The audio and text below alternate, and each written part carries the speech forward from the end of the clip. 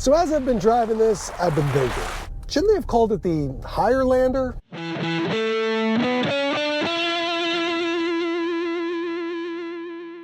The 2024 Toyota Grand Highlander is exactly what its name implies. It's a larger version of the popular Highlander crossover SUV, and it is your big boy. It's longer, wider, and taller than the regular Highlander, which gives it a far more spacious interior that has room for 7 to 8 adults. And the cargo area is still big enough to fit 7 airplane carry-on size bags with the third row up. The Grand Highlander starts at $44,465 for a front-wheel drive model with a 265 horsepower turbocharged 4-cylinder that's good for 21 miles per gallon city, 28 on the highway. Or you can get it with a hybrid for $46,665 that gets 37 city and 34 on the highway. But this Hybrid Max model combines the turbocharged 4-cylinder with a rear electric motor for a total output of 362 horsepower and 400 pound-feet of torque. It still gets 26 miles per gallon city and 27 on the highway at a starting price of $55,435.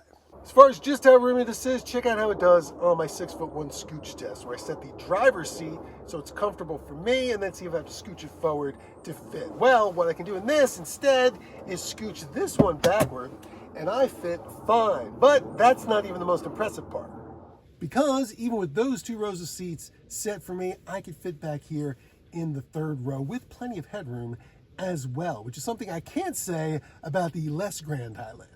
The Platinum also gets all the electronic goodies, including a head-up display and a lane-centering adaptive cruise control that works in stop-and-go traffic. There's also a driver monitor system you can turn on to remind you to keep your eyes on the road that uses this facial scanner on top of the steering wheel. And there's a 360-degree camera system that literally keeps its eyes on the road, not just around the vehicle, but also underneath it.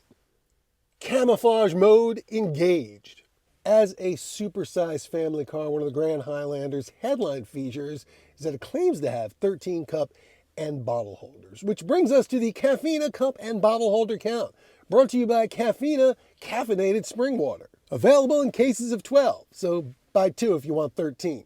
So let's see, up front you got 2 standard cup holders here between the front seats, but there's also this larger hole in front of them that Toyota says you can use for a much bigger bottle.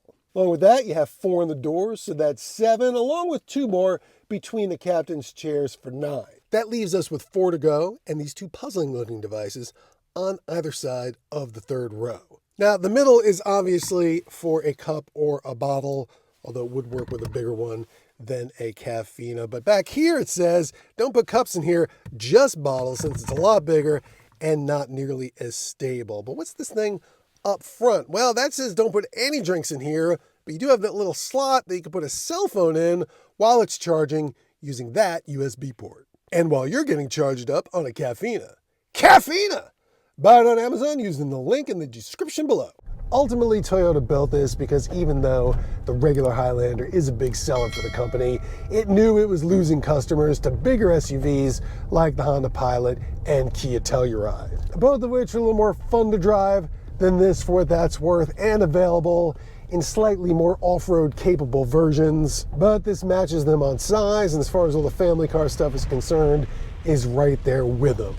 Throw in the power and fuel economy numbers of both of the hybrids, and I think this actually has an edge for a lot of shoppers. I haven't driven the regular turbo or the regular hybrid, both of which you can get with all-wheel drive, but this 362 horsepower feels pretty good. And along with a sport mode that unleashes all of it, the Hybrid Max also has mud and sand and rock and dirt modes, the latter of which seems a little ambitious.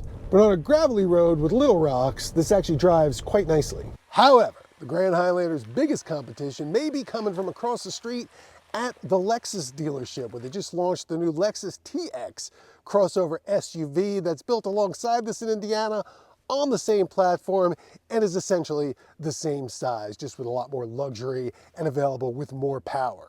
But there is one thing this beats the TX on, and that's cup and bottle holders, because it only has 11, and they call that luxury.